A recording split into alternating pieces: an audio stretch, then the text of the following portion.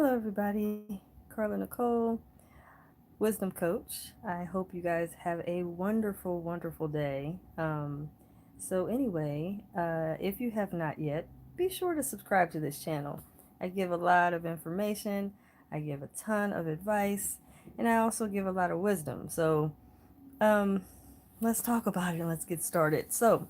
I want to talk about remember a long time ago, and I may be telling my age. Hey, Louise, I might be telling my age. But do you remember the Harry Met Sally show where um, the lady was at the table and she was Sally was putting on that she was having an orgasmic experience and how enjoyable it was and how amazing it was, and then she stopped and acted as if that was it. That's how we do it. So I want to talk about this, okay? Faking orgasms. And why do they happen, right? So let's get to it. So let's talk about first why. Why is it that, okay, why is it that so many people seem to feel that it's important that they fake orgasmic bliss? Well, for one reason is 9 times out of 10, they may just want their partner to hurry up because they just at this point they're not getting there and they're frustrated and they just want the person that they're with to go ahead and get their own enjoyment, to go ahead and get their excitement on, understanding that they're just not going to make an orgasmic um, experience where they are in their sexual arrangement they got going on. So they're like, you know what? I'm just gonna have this orgasm, a fake orgasm, and I'm gonna make it look like it's great, and I just can't get enough, and all of that goodness and freshness, and hopefully the partner I'm with will just get up and be glad, and everything's over and done with. But what it is that I'm concerned about, and a lot of times I feel that we really mess up with, is we tend to feel like, well, if I fake it, my partner will finally feel like they've achieved the goal of me climaxing. And so, because of that, they'll be happy, I'll be happy, and it's all over and done with, and I'm good, I'm good. But I want to talk about how you're really cheating yourself and your partner because your partner's not going to really know what exactly it is that is going to help you to get to your climatic experience. Climaxes are there to um, really enhance your sexual experience. It also is there to gift you a release. Clitoral orgasms, vaginal orgasms, ejaculations on the male part. This is all the icing on the cake of sex. Now, understand when you are sexual, um, you're having enjoyment while you're in the actual act itself. So you can have an actual sexual experience, not climax, and still feel fulfilled. So, that's fine too. But there's no right or wrong. There's no reason that we have to achieve an orgasm. That's not true. But sometimes I think we really have to be in tune with our bodies. We have to get used to chiming into, especially women, we really need to chime into what it is that we really truly have a taste for sexually. What is it that turns you on? We have to know what it is that turns us on. What acts alone increases our chance to have an orgasm.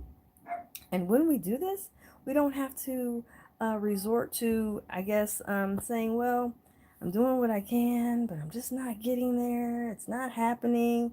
Then we're getting frustrated. And then what happens is when you're frustrated, you're really hindering the possibility of actually having a climatic experience. So then you're like, darn it, I thought I was going to have it and it didn't happen. So now I feel like, oh, well, now that I'm frustrated, I'm just going to climax or act as though I'm climaxing so that, my partner feels that they are, doing what I need. But here's the thing.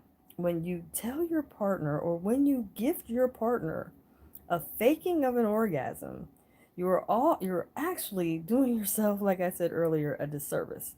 So here's the thing. For ladies, sometimes And I hear often from many of my clients, they tell me that they have um, more clitoral orgasms than they have vaginal orgasms, or they have orgasms only during oral sex, or they have orgasms every now and then, but it's not every time. And so, but I ask them, but is your sexual experience less fulfilling if you do or don't? And they say no. I said, okay, well, that's a good thing. Because sometimes we want to be so focused on having that achievement that we lose sight on just being present in the moment of the actual act, that we miss the joy to even just being connected to the person we care about and we want to be intimate with.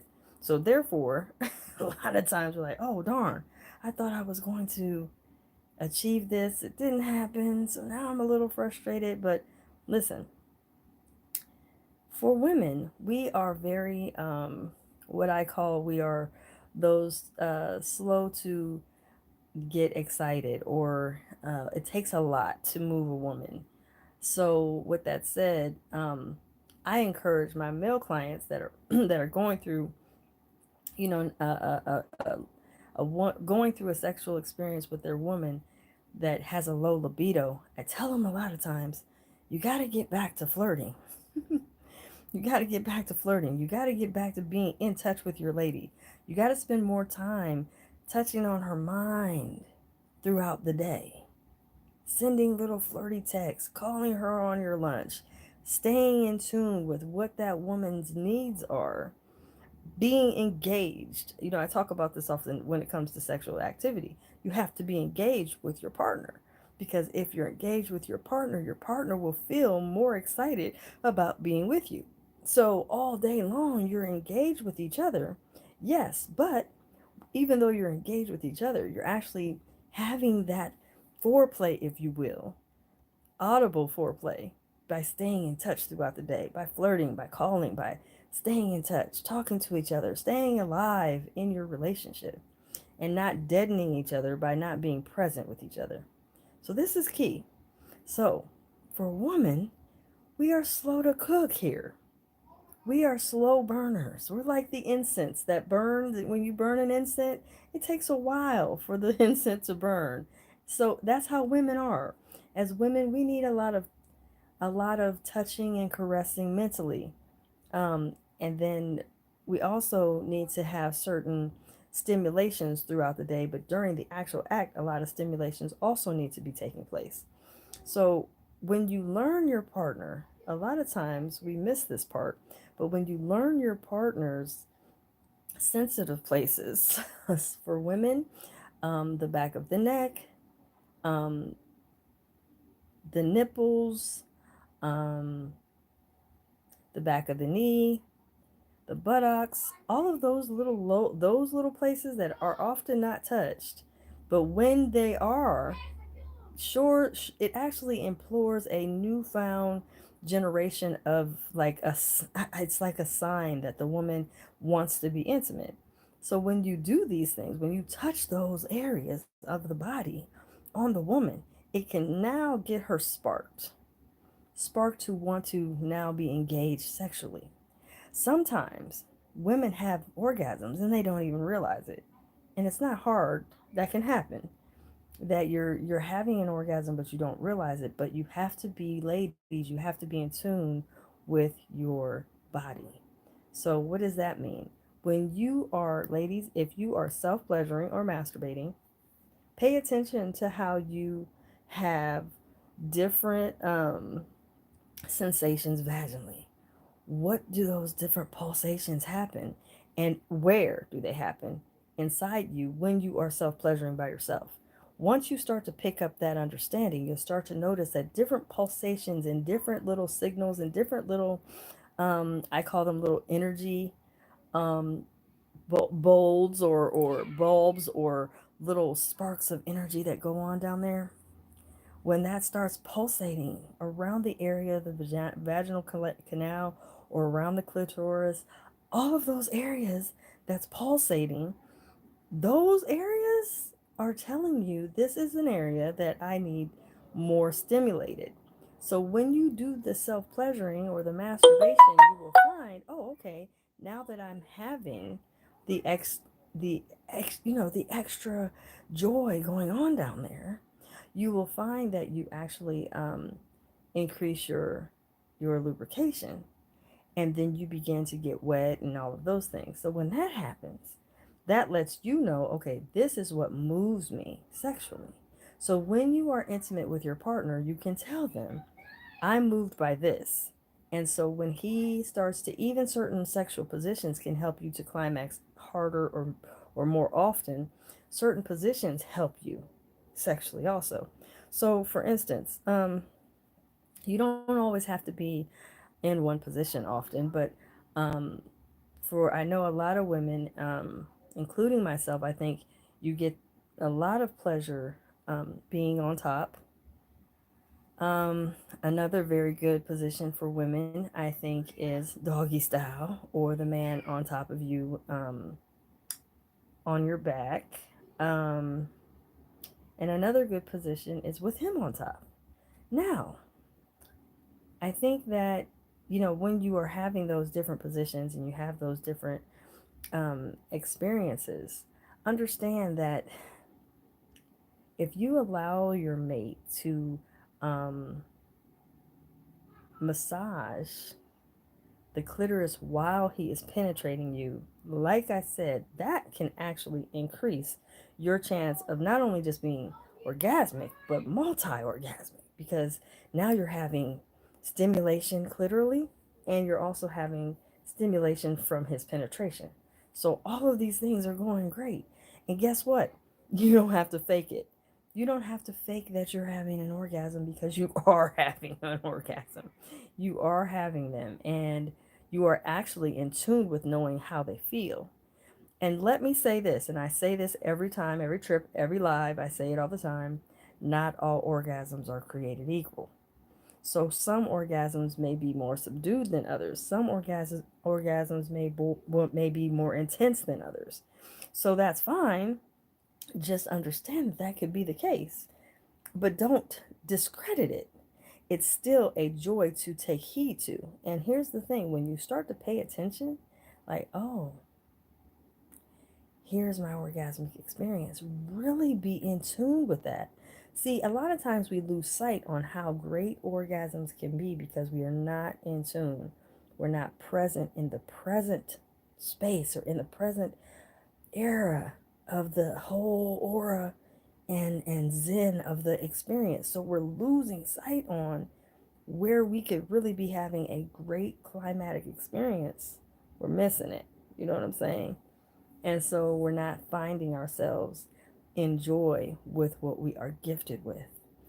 See, a lot of times we believe that we can only have sexual climax experience through the clitoral. I'm talking to women now. Just the clitoral stimulation is the only way to climax, and that's not true. You can have them through your nipples. You can have them vaginally. You can have them 4 different ways.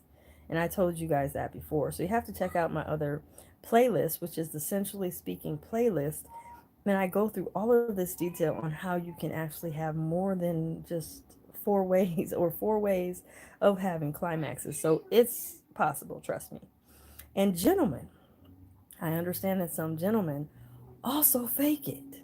Now, that's not very well known, but it's true.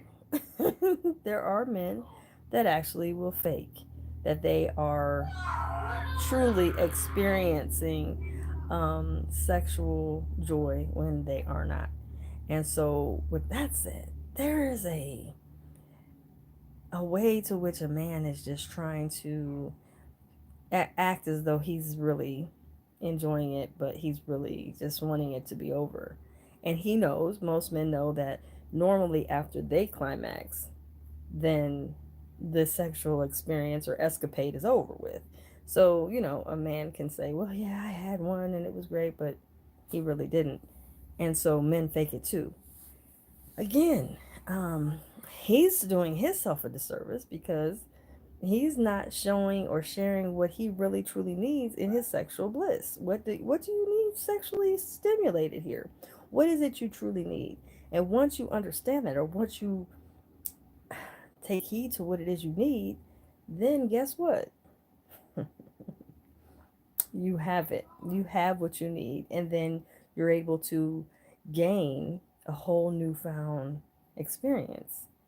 And see, everybody thinks that just by being sexual with someone, that's all you need. But it takes more than that. Because, like I said before, if you think back in your mind of the best lovers you've ever had, they just brand in your mind. They're unforgettable. You don't forget them. And that's because they were in tune with making sure you have a fulfillment sexually. But I think a lot of times we really don't pay attention to the fact that, yeah, I can have a really extreme experience or fun experience that I never had before. But what happens? We just don't we don't see it. We don't understand it. And so we find ourselves frustrated by it. But if we take our time and truly pay attention, we'll learn. Oh, okay. So if I do this, this experience makes it more enjoyable.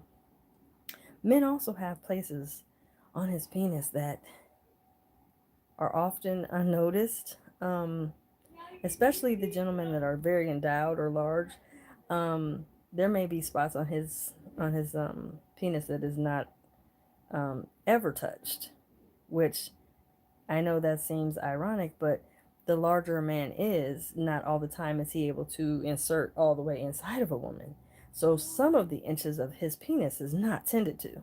So again, if that's the case, then there needs to be some type of newfound ways to caress that area that maybe is not being inserted inside of the woman vaginally. He can either touch himself or have his partner touch him, and that can be a newfound um, excitement or area that he's never been like exposed to that can actually help enhance his sexual experience, because that's an area that is an unknown, a spot that is not tended to much. And so it's a spot on his body that he is not even really truly realizing that is not um, tended to. Also, another way to help a man climax and reach an orgasm without him having to fake it is sometimes while he's inside of the woman can actually do a hand job while he is penetrating her. So he's getting the best of both worlds. Now, that actually helps to enhance his arousal. It actually can also help her as well to create a whole nother newfound joy, because that again, it doesn't go together. Normally, when you're intimate with somebody, you're either having sex or you're foreplaying. But if you add it together, it takes a whole nother newfound excitement, because it's like, ooh, I didn't know that I could get the best of both worlds without any problem. Yes, you can. So I encourage everybody that's watched this to understand we don't have to fake it to make it. You can actually have a very joyful and huge experience sexually without having to go through all of this. I don't know, or I just feel like if I don't show them that I'm having the best experience, then they're going to feel upset or sad. But that's not true. You know, your partner would rather you have an honest relationship. And the more honest and open you are about what your needs are, the better. How frequent do you want sex? Tell your partner. What was the best sex you guys ever had? Tell your partner. What was it in that best sexual experience that made it the best? And tell your partner. These are things you need to discuss with your partner to make sure that you never have a time where you're not fulfilled. There's going to be times where, like I said, all orgasms aren't created equal. So you're going to have some orgasms on a scale of 1 to 10, may be a 3 or 4. And then other times they may be a 11 or 12. They might be off the Richter scale, off the charts. But that doesn't mean you can't enjoy the experience while you're in the experience. So, like I said, take a listen to what I'm telling you. Go over to my playlist, which is Essentially Speaking playlist. You can play it, relax, and listen to all the things that I've talked about. I talked about achieving toe curling, sexual orgasms. I've talked about how your sexual fantasies might be frustrating because you're not getting what you need. I talk about all that. Go over there and check it out. All right, I'm out of here. I'm Carla Nicole. I'm signing off. Best kept.